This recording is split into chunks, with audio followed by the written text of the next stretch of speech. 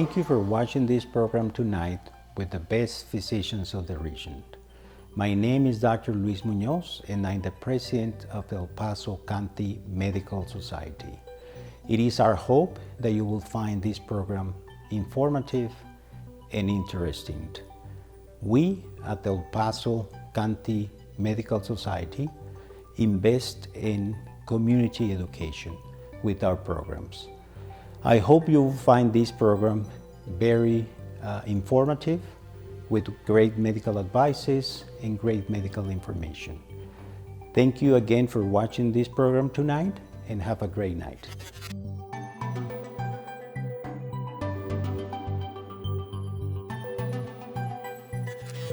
Treatments for prostate cancer have been very interesting to watch over the last several decades. Screening guidelines have also changed quite a bit over the years. We're going to be discussing that along with new and continuous research that lead to advancements in treatments. Progressive technology has been on the forefront with individualized and specialized treatments leading to personalized cancer care. This program is titled Precision Diagnosis and Personalized Treatment, and is also underwritten by Rio Grand Urology and Rio Grande Cancer Specialists. And we also want to thank the El Paso County Medical Society for bringing the show to you since 1997. I'm Catherine Berg, and this is the El Paso Physician. Thanks for joining us. This is Precision Diagnosis and Personalized Cancer Treatment, and this is specifically with urology and prostate cancers this evening. And we have two veterans and a new guy here today. But we have Dr. Jeffrey Spier, who is a urologist and also the medical director, Advanced Prostate Cancer Center here in El Paso. Dr. Travis Mendel is a radiation oncologist and the medical director for the Rio Grande Cancer Specialists.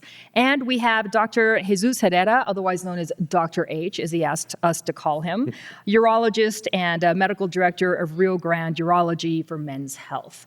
We have a great set of slides. The doctors have prepared a really nice presentation, and what I like to do to sort of set the stage is go right into that. And you'll see a lot of this on the screen, but Dr. H, if I can ask you, we are looking at advancements in localized prostate cancer care and men's health. And as Dr. Spier described you earlier, you're kind of the surgeon, and you're one that then kind of help with, that's usually a first step when someone is diagnosed with prostate cancer. And again, we're just kind of setting the stage for what we're going to do for this entire program. So if you can kind of take it from there. Yeah, well, thank you for having me here. So essentially, when patients come into our clinics, we see them for elevated PSA, they're getting screened for prostate cancer, and that usually leads, after many steps sometimes in counseling, to a prostate biopsy.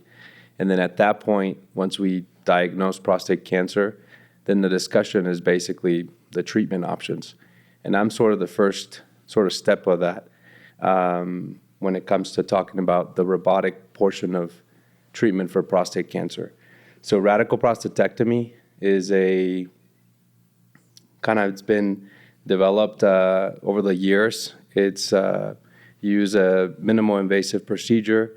The whole goal is to do nerve sparing or avoid damage to the nerves when you're doing surgery in order to avoid things like erectile dysfunction, which is one of the main things that most men will complain about. And you have on here medications, injection therapy, also inflatable penile prosthesis, et cetera. And these are things that a lot of people don't just talk about. So I'm really glad that we're able to be here and bring that up. Yeah, so exactly. So the goal of prostate surgery is to get rid of the cancer. And the second goal is to avoid these side effects as much as possible. And robotic surgery has really helped with that. Now, if one ends up with erectile dysfunction during that process, then there's medications, injections, things that we can do, as well as surgery or penile prosthetic, which we've created this men's health clinic to help men kind of get their sexual life back into play.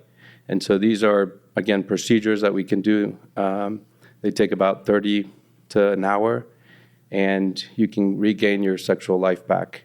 And can you kind of describe what you're doing in the surgery room when you are countering a lot of these side effects, I would say? Yeah, so a lot of it is counseling and early counseling, which is why it's important to have a men's health clinics in order to get these patients prepped for these side effects after surgery or radiation or whatever cancer treatment we're going to do for their prostate cancer. And I walk through them to the steps of surgery. It's an outpatient procedure most of the time, and they pretty much can use the device. It's a penile pump, and they can use it after about 4 weeks to 6 weeks. That soon? Okay. Now, incontinence is the other thing that's a big thing that I'm always fighting with Dr. Mendel because, incontinence rates after radiation is very low, but after surgery, it's a real thing that men have to deal with. And sometimes there's no choice. They have to have surgery. And so there's also a device that can avoid these or fix these complications, and it's an artificial sphincter. And essentially what it is, it's a cuff that goes around the urethra, and it's attached to a small pump. When you want to go urinate, you press the pump, it opens up the valve, and then you're able to urinate. And when you're done, it closes back up, so you're not having leakage. And it's shown in the diagram here. Perfect. And how long has that been around? Has that been around for a while? Yeah, prosthetic surgery has been around for quite some time already. Okay. A little over 15, 20 years now. Very nice. And we were just talking about when we started the show, it was 27 years ago. So to me, it's like, that's yesterday. I wasn't here. Yeah, I was. Does that mean I'm a lot older than you? It does a little bit. No, thank you for describing that, because I think that's always a point of curiosity when people are talking about, they hear it, but they don't understand what the procedure is and what it is that's actually happening. Dr. Mendel, let's take things over to you for a bit. All right. All right. So I'm not even going to say anything. Go. All right. Have a good time. So thanks again for having me. This is my 4th year or something like that. But I'm a radiation oncologist. We like to start this with, what do I do in the clinic? So basically, we see all types of cancer, and we treat these cancers with radiation therapy. There's different techniques to deliver the therapy. It can be external beam. It can be something called brachytherapy, which is an internal type of radiation treatment where we implant radiation inside of patients.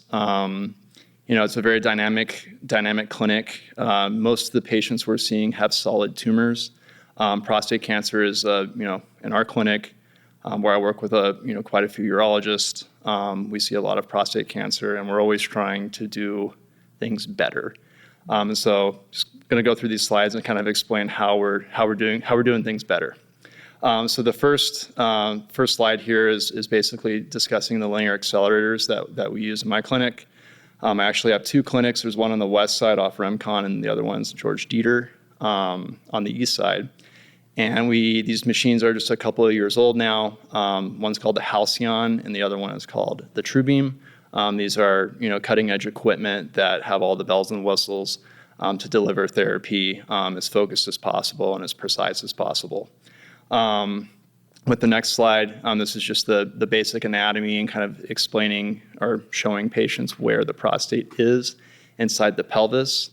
And if you move on to the next slide, this shows the anatomy in a little bit more detail. You can see the organs that are nearby the prostate, which is shown on this picture here.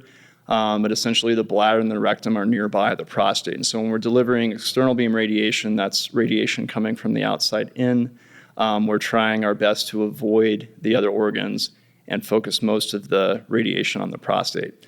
And I always, I try to explain to the patients in more, like easy to understand terms how we use the radiation and how we focus it. And the best, analogy I've been able to produce is I imagine myself as a kid trying to light something on fire with a magnifying glass, and that where the focal point is, that is where your prostate is, and that's where the cancer is, and that's what we're trying to kind of burn to kill the prostate cancer.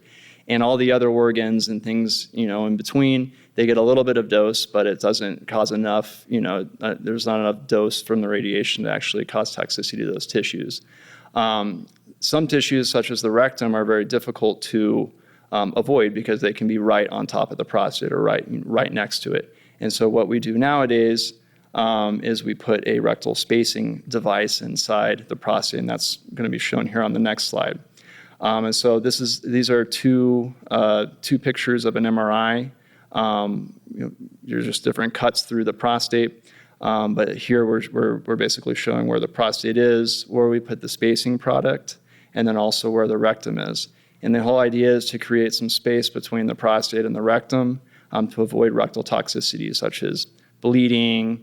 People can get ulcerations, all kinds of complications. And so we do our best to avoid that. There's different products to achieve this. The first one was Spier, and now we have another one called BioProtect and Barrigel. And so we utilize all these different technologies in the clinic and kind of customize our treatments to the patient's current situation, because each of the devices have pros and cons. And it's always funny because a lot of the young patients, they'll come see me, and I'm an advocate for surgery. Patients who are young and fit, especially in their 50s, I'm always having to convince them that surgery is the right option for them. And so you can be happy that I'm in the clinic, not trying to No more fighting. get all boys. get all the patients. But basically, the way we work is, we want. I feel the entire group wants what's best for the patient.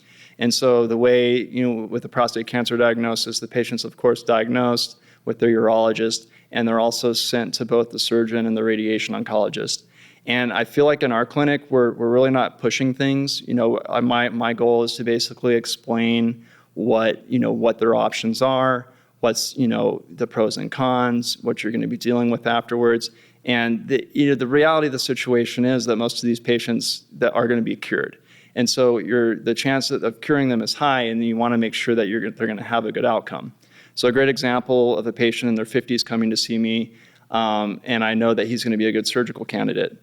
This is a patient that would, an excellent surgical candidate would be someone who's fit, but also someone who had a lot of, urinary symptoms, things like obstructive symptoms that are going to be they're going to cause a lot of issues for me and for the patient later on. And so I always tell them, this is you're going to kill two birds with one stone here, because you're going to remove the prostate and you're going to improve your urinary symptoms. We call them LUTs, but they're urinary symptoms after treatment. So these kind of things and this dynamic in the clinic, I think, is very helpful. And I know on the urology side of things, they're kind of thinking along the same lines. And so kind of delving into what do you have to deal with after treatment, we have the same issue. We can cause erectile dysfunction after the treatment. The nerves are right next to the prostate. And so when they're in the high-dose field, they, of course, get nicked, and they can cause erectile dysfunction. And it's on every guy's mind. It doesn't matter what age they are, whether they're 50 or they're 80. They care about it, and they want the best outcome. And so we're always trying to find the novel ways to mitigate this. And thankfully, we have the men's health clinic now. And so the patients, we do our best to avoid toxicity and things like that. But at least now we have a group that's specialized that we can send the patient to, who's having issues after treatment and wants a better outcome. One of the techniques we're exploring right now is something called nerve sparing radiation. And so this is just a dose map overlaid over the prostate with the spacing device in, and then the circle on the right is the nerve bundle. And it's a very small structure that you can really only see on MRI.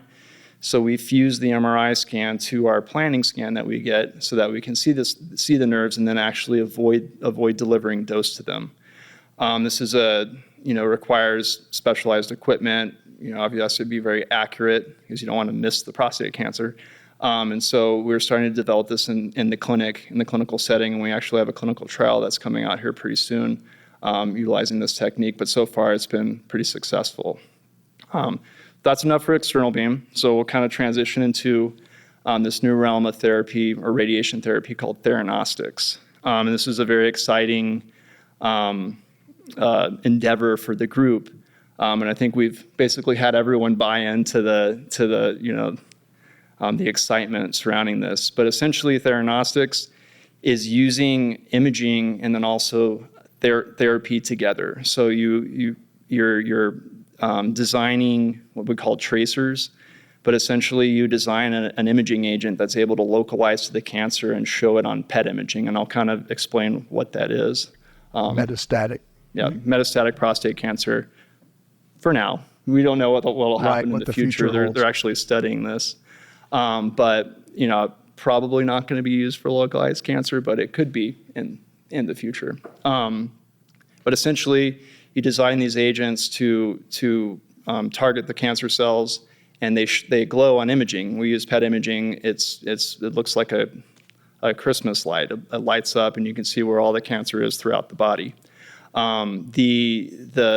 What you can do in terms of the theranostics, the therapeutic, is you attach a radioactive piece of metal to this tracer, and then it goes directly to the cancer cell and kills it.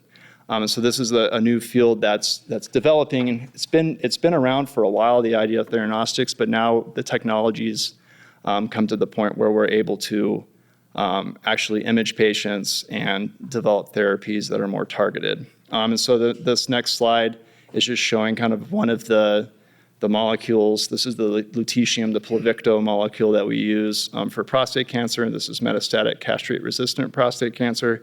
And this is the new PET unit that we're putting in our theranostics center that we're building. And this is going to be on the west side at REMCON. But essentially, this is a top-of-the-line unit from GE that's able to utilize artificial intelligence to make beautiful images so we can see all the ins and outs and exactly where the cancer is so we can target it with our agents. So the PSMA, I'm sure patients who have been diagnosed with prostate cancer, they've heard of the PSMA PET imaging. The next slide kind of just shows, it's a little more technical than probably needs to be, but basically this is just a protein on the cell surface. The PSMA stands for prostate-specific membrane antigen. And so essentially the tracer is able to go to this receptor that's preferentially expressed on prostate cancer cells. And then that's why we're able to image them and target them with the therapy. And then Pluvicto is the agent I was just discussing. This is the radioligand therapy that we use for the PSMA positive patients. So essentially you image the patients with a PET PSMA. If the lesions are glowing, that means that they're going to respond almost certainly to this Pluvicto agent that has the same target on it. And on the right here, this is an example of dosimetry from a patient who has received this therapy. This patient has several liver metastases, and you can see the dose is localizing to the liver metastasis and then avoiding majority of the other tissues. These agents aren't perfect. You can see the spleen's glowing a little bit. There's a little bit of dose in the stomach, but in general, the patients tolerate these therapies very well. And I'm thinking of one of the patients that Dr. Spier sent me.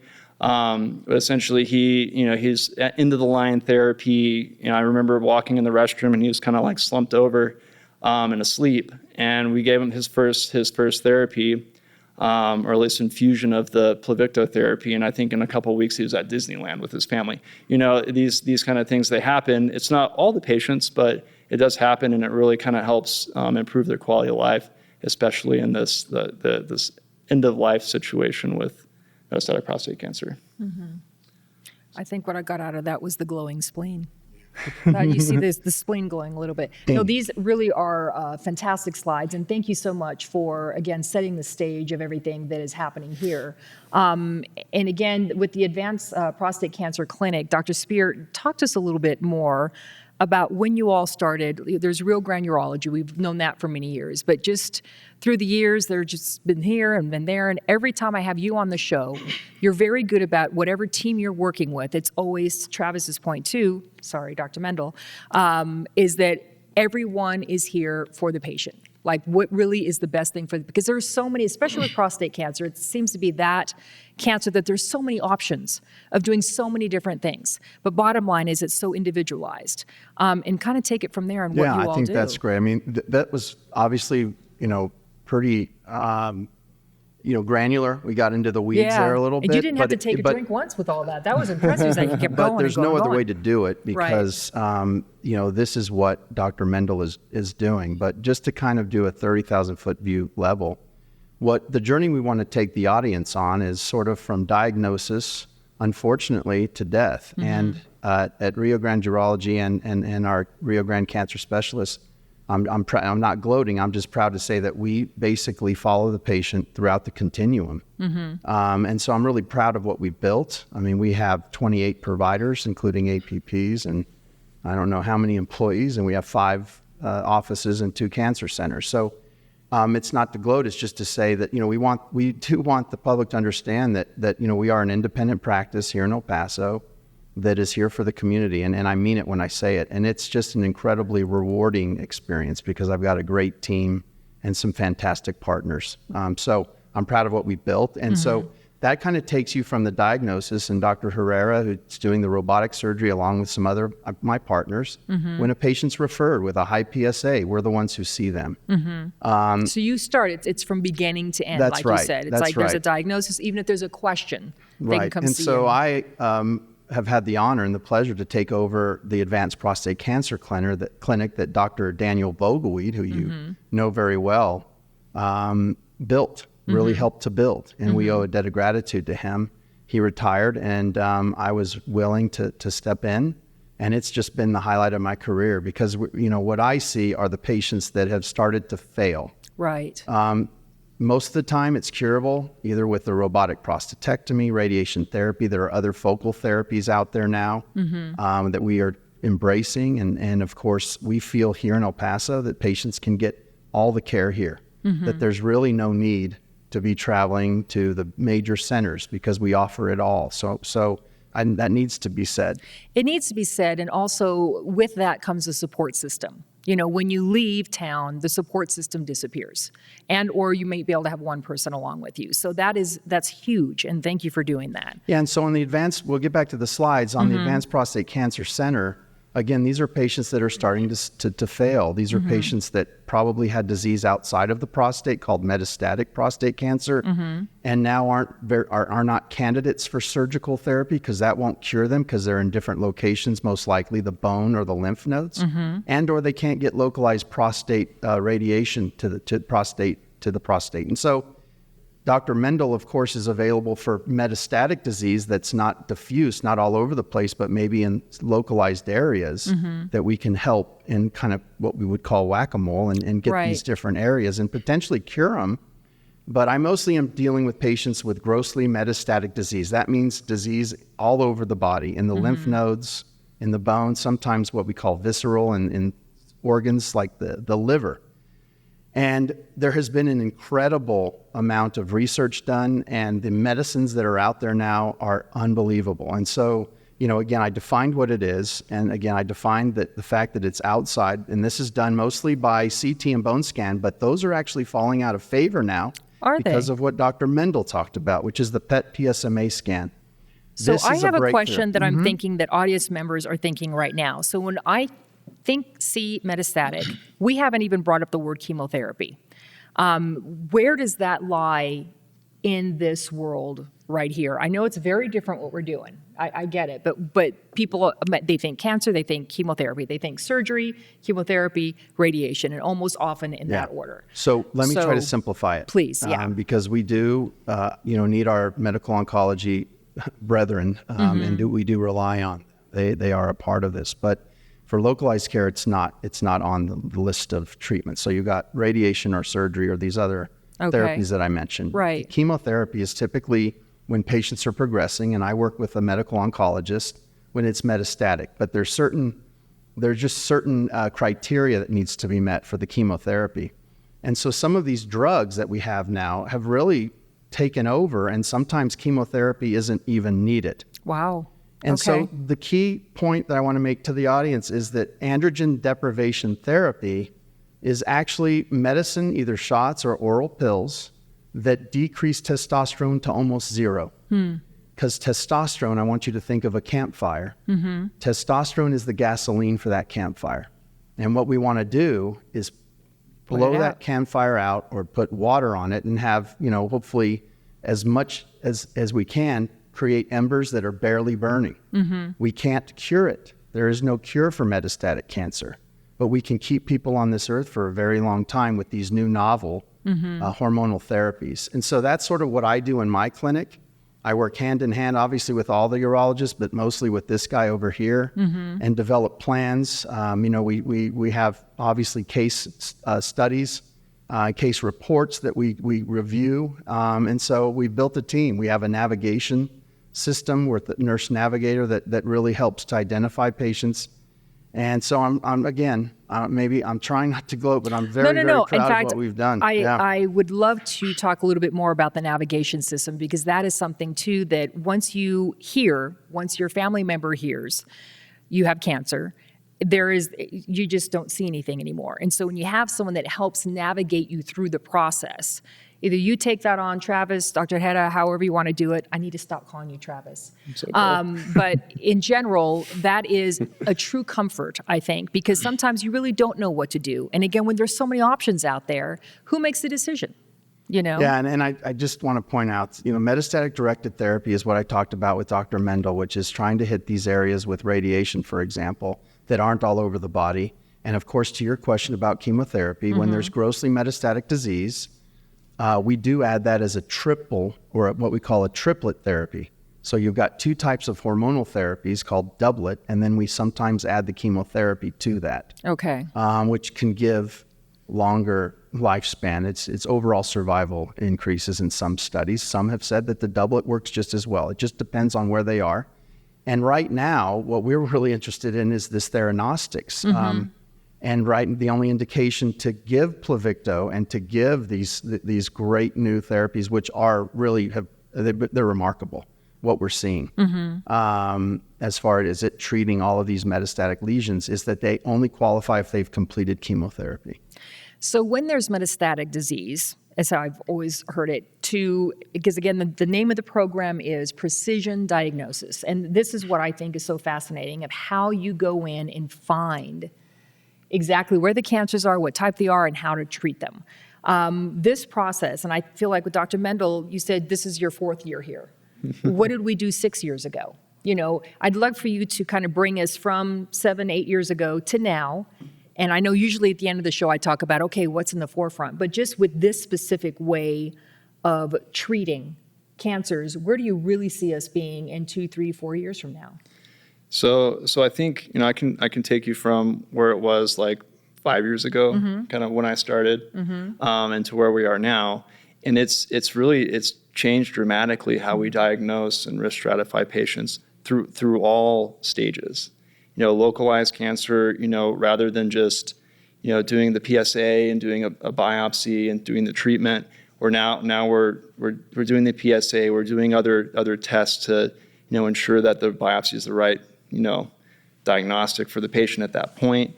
We're doing template biopsies, we're doing targeted biopsies, we're doing MRIs and things like that to find the lesions. Now the PET scan has also brought, another dynamic to that for just localized cancer.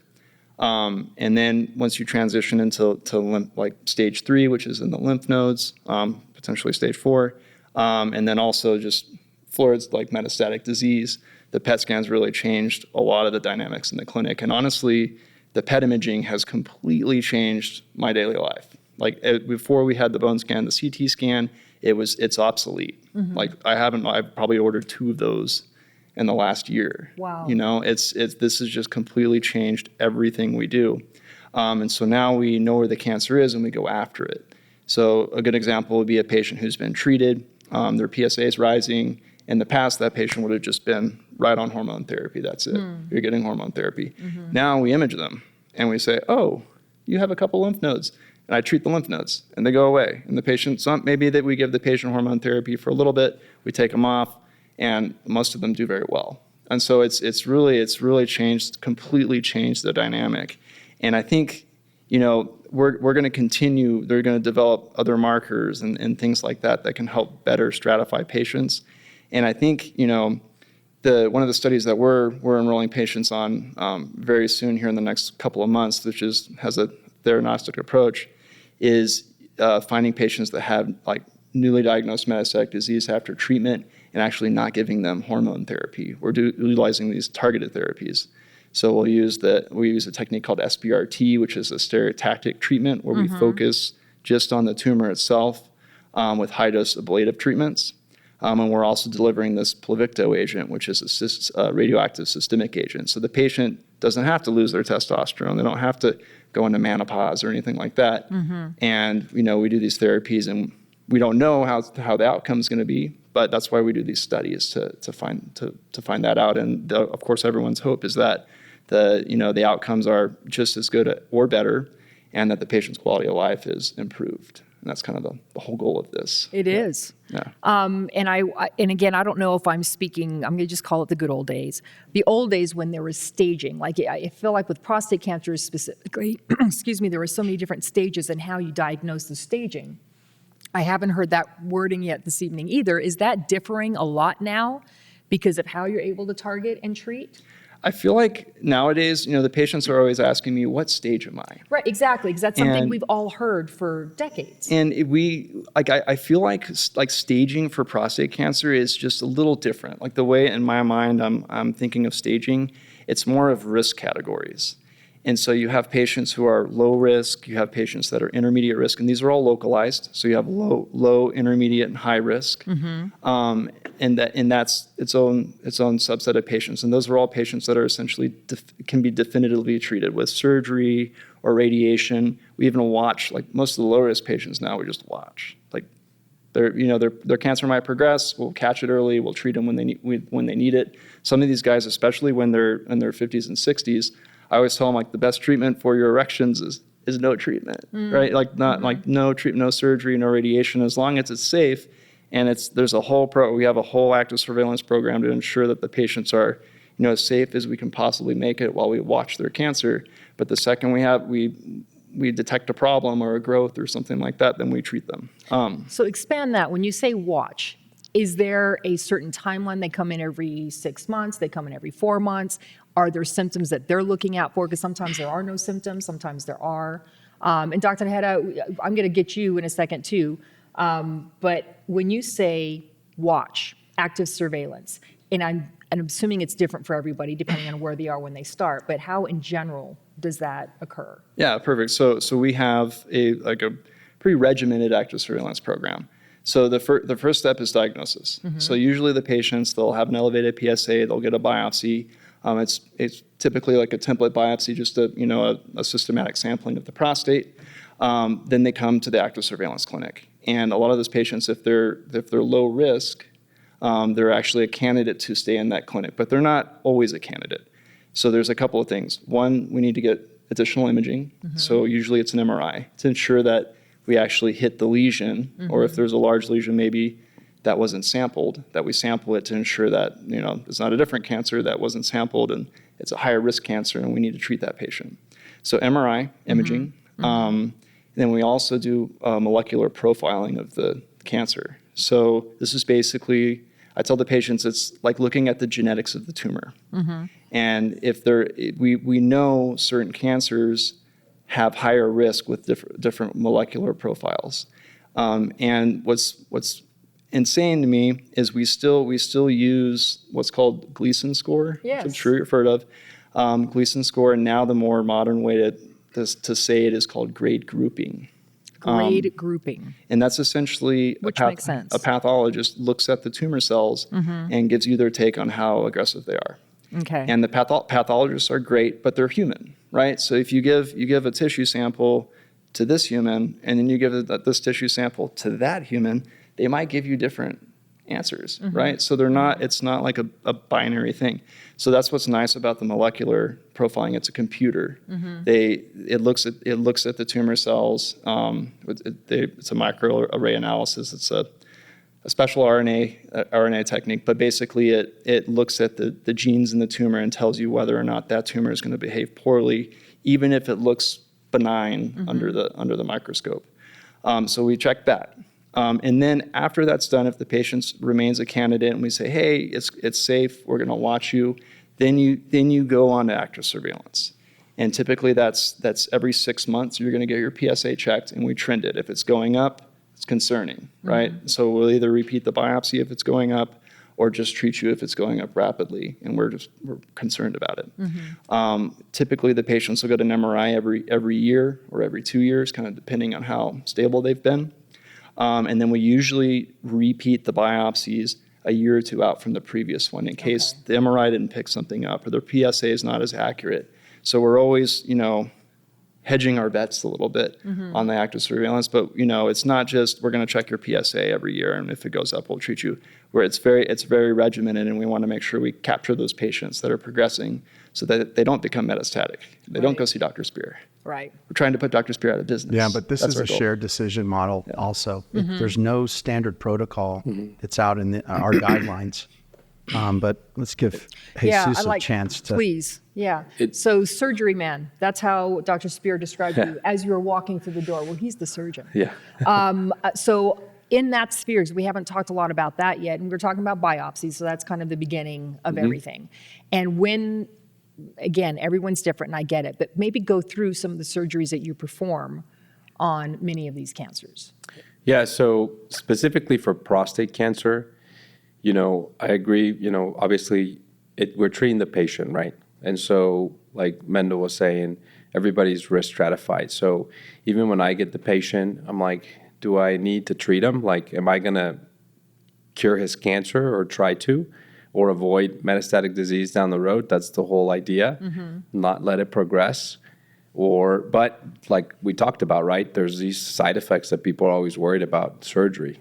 Back in the old days, like you were saying, they had open surgeries, and incontinence was one of the biggest issues. And so when robotic surgery comes around, incontinence rates have gone down a lot more. And so that has helped kind of me counsel patients like, you get somebody who does a good radical prostatectomy, they spare your nerves, then those risks are less. But even said, in my mindset, young patients with high disease, I would treat them with surgery because I know that person is going to live long enough that they eventually may need something down the road, radiation, they go see Dr. Spier. And so you want to delay those treatments as much as possible, so become a little more aggressive up front. When they start hitting 65, 70, even 75, I treat that patient way different. Even if they have a higher risk cancer sometimes, or they're low risk prostate cancer, I sometimes just say, I'm going to get you to that older age so that you can continue to have quality of life, because we know we're not going to affect your overall survival at this point. And so that's where active surveillance comes into a big play. But during that active stage, I'm always thinking, are we missing a higher grade cancer, like Dr. Mendel was saying? Or is it time to treat?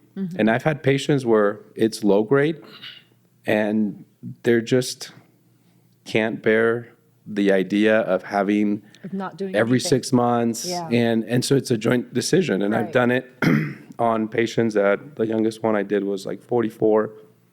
And then there's patients in their 50s who just can't. But I've held off almost 2-3 years for some of these patients. And then we decided to do surgery at that time.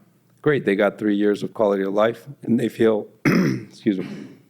they feel 10 times better than just going in, walking in, hey, you've got prostate cancer, you need surgery. I think that model or that old way of maybe we treated patients has definitely changed, and it's more of a shared decision-making with the patient, the surgeon, Dr. Mendel, we send the radiation. So then the patient's well-informed, and then when they make a decision, it's going to be the right decision of how they lead into that conversation. And like I tell them all the time, like, I joke around when I send them to Dr. Mendel all the time, like, you're not going to get these, but you're still going to get erectile dysfunction. I tell them all the side effects are treatable. So, in the end. That's key. If you can repeat that, because I think that's so important in this program. Yeah, All the side effects are treatable. All the side effects are treatable. It's just going to take a little bit of time. So the incontinence I can fix. It's just you're going to have to wait 9 months to a year. The erectile dysfunction, I'm pretty aggressive for penile implants, but if you can't, have your sexual function back by 6 months, then we're talking about a penile implant.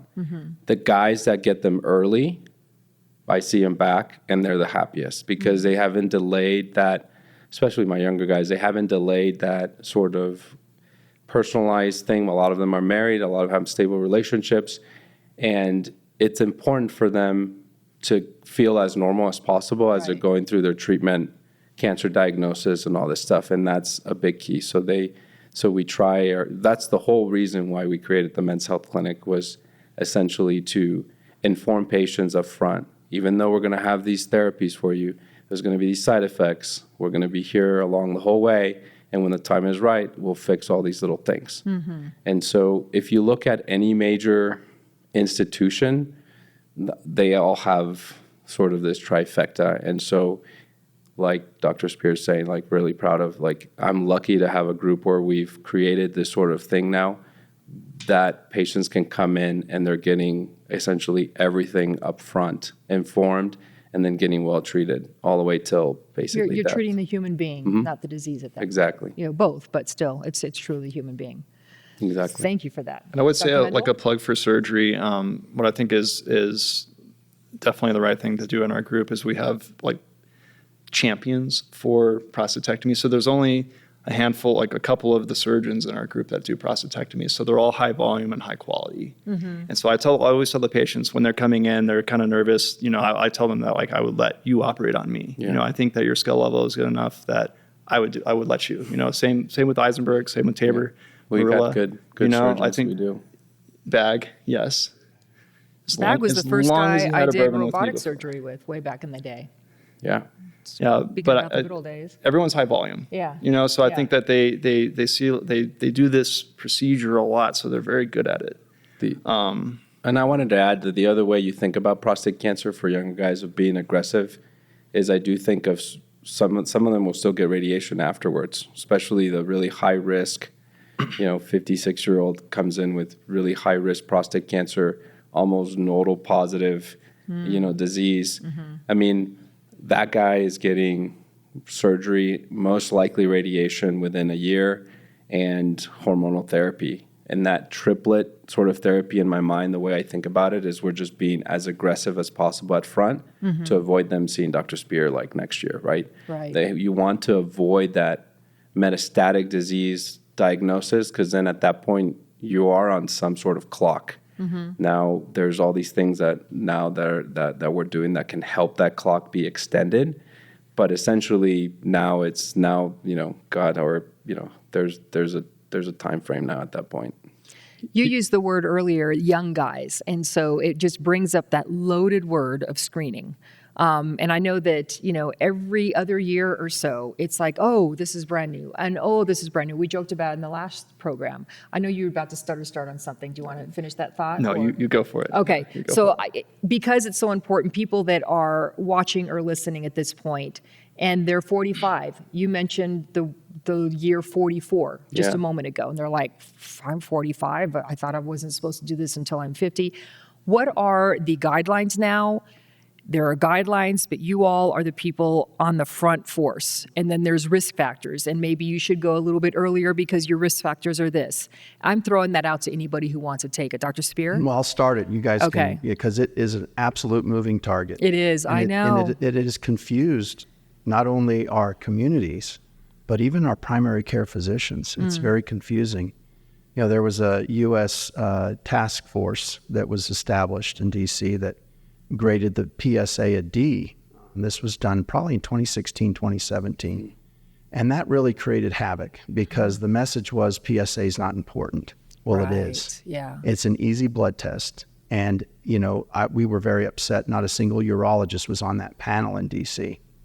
This is the same panel that came up with mammograms not needing to be done at 50. So, listen, this happens. COVID happened.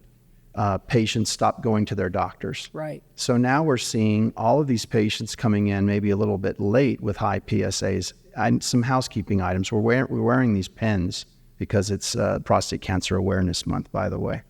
And so we take this very seriously. You guys can opine on this, but at this particular juncture, there are two major risk factors, of course, two that I think of, and that's family history, which we have to isolate, and African-American men. My typical advice to my PCPs is if everything's, no history, no family history, they're otherwise just seeing their PCP, we usually start screening at 45 to 50. Okay. With a family history or African American men, I usually advise at 40. Nice. Okay.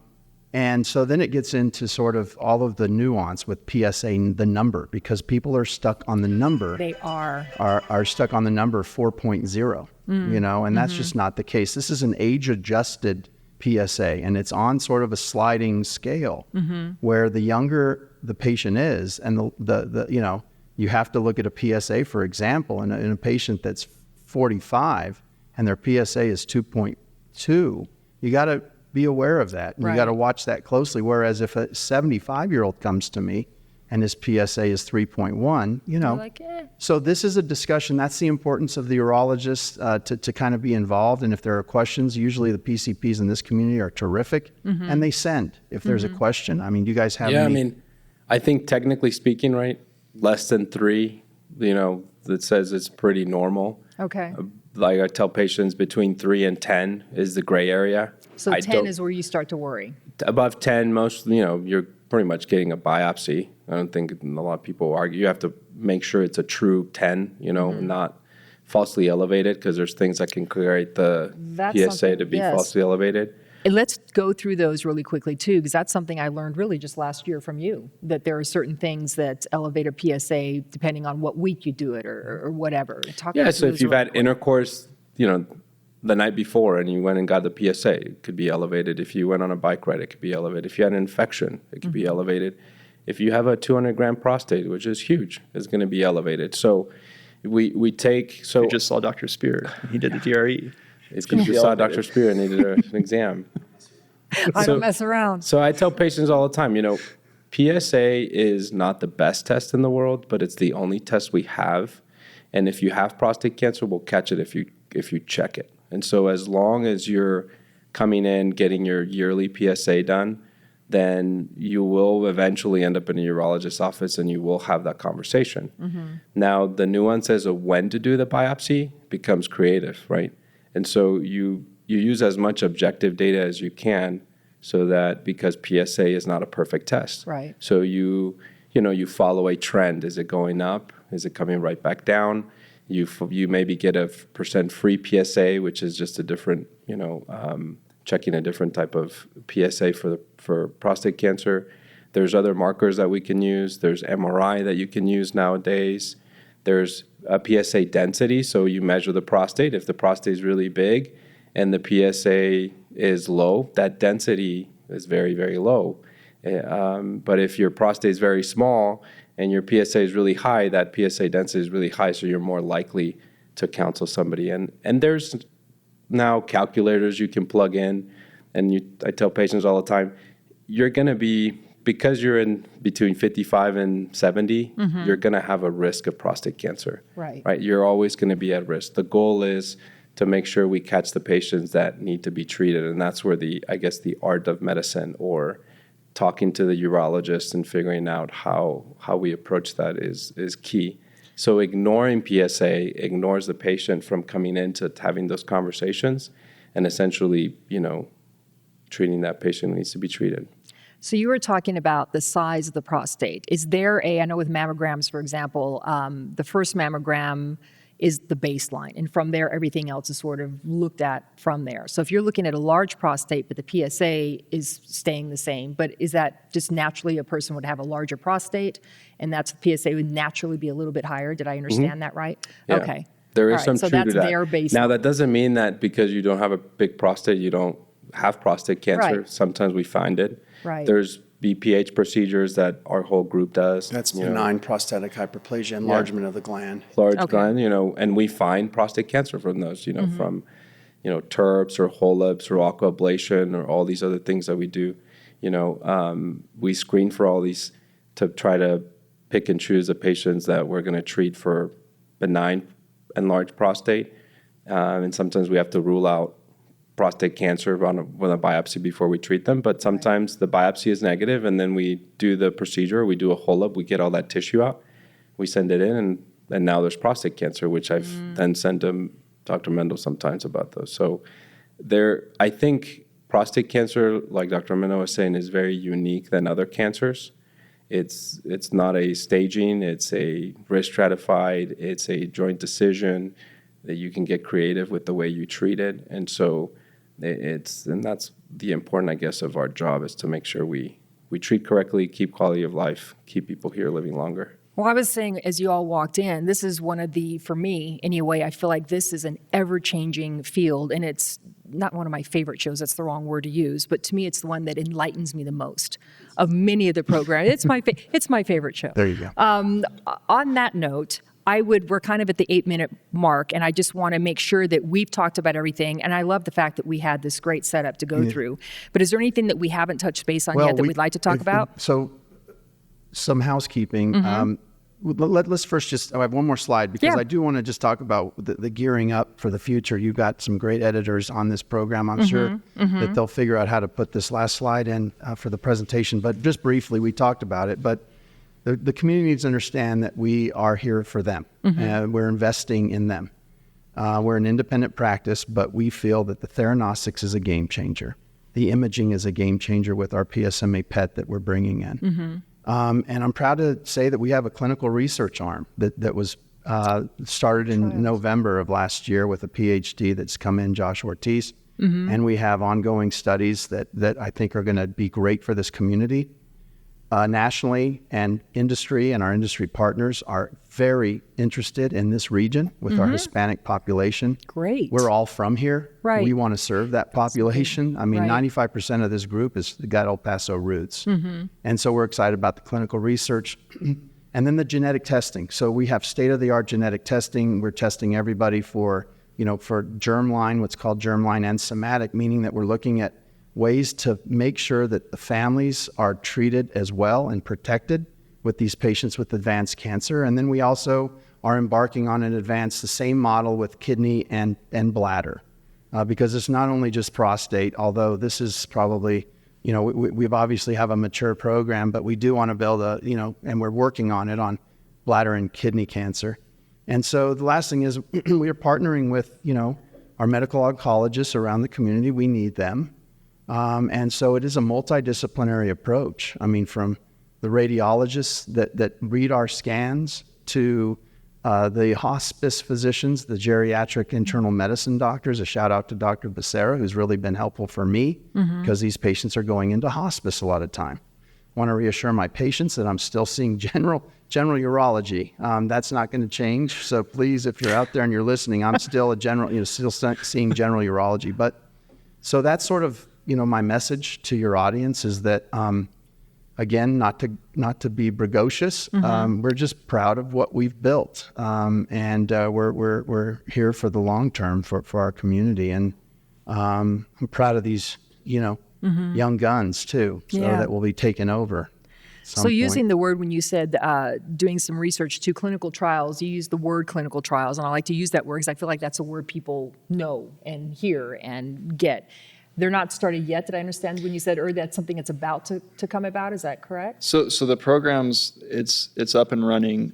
We have several trials that we're going to start enrolling patients maybe in the next couple of months. So there's almost like an onboarding process. So once you're designated as a site that's going to open up whatever clinical trial, they have to come in, they have to look and make sure that you're capable of doing this work. And so that usually takes several months. And so we've been identified for several trials actually, and we're in the end-stage processes of opening up a couple of them. And are those all male cancers, or are they a combination? Or? Currently right now it's just prostate cancer that we have trials for. So there's a couple of procedural trials with the spacing agents. We have one of the clinical trials that I've designed for the nerve sparing. That one's hopefully going to come up. And then we have the Theranostics Center and the radionuclide therapy, specifically the Pluvicto. There's multiple trials actually that they're exploring in different spaces. And so what Spier was saying before is, right now it's only indicated for very specific patients. Pluvicto. Yeah. It's metastatic, and they've been on hormone therapy for a while, and now their cancer is growing despite being on the hormone therapy. Those are the only patients we can give this to. Okay. And they have to be post-chemotherapy. Oh, so they've had to have chemo, they have to, all these things. But now a trial came out, I believe it was last year, the FDA is going to hopefully approve this medication in an earlier kind of spectrum of disease. And that's a whole nother show too, of how FDA goes about and gives the check mark and does it. And we don't have to talk about that tonight or today. But it can't be unsaid that we do plan. It's just not about the men. So our clinical research is going to be designed. No. I mean, all the bladder cancer, kidney cancer. There are some UTI studies out there that and incontinence for women. So we are just kind of in the infancy of this. So the audience needs to know that we're going to grow it. Well, I would love to do a separate program on that. I really would. So yes, Dr. Herrera? Just the importance of clinical research. Sometimes people don't really, they just think clinical research, MD Anderson, and that's, so the idea of clinical research in a community is to give options to patients when there's sometimes no options, or to have access to medications or certain things that otherwise maybe they can't afford. And so it does help to have a big academic center with a bunch of research, because it does provide this sort of care in the community. And so, I think this is a big component that we added in last year, basically. November. And it's much needed, and it's all just for the patients, essentially. I mean, we're busy enough with our clinical work and surgeries and, seeing patients, but what do I do with a patient? Where do I send them? A lot of them can't travel. And so having that clinical research is very important. And I think El Paso needs to know that that's why we're working extra hard to give them I think those it's options. exciting. And when you said too, everything that has to do with options is good in every way.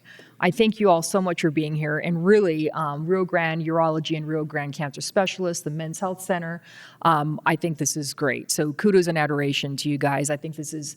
On that note, I'm running out of time. Thank you guys for everything that you do. Thank you. I'm Catherine Berg, and this has been the El Paso Physician.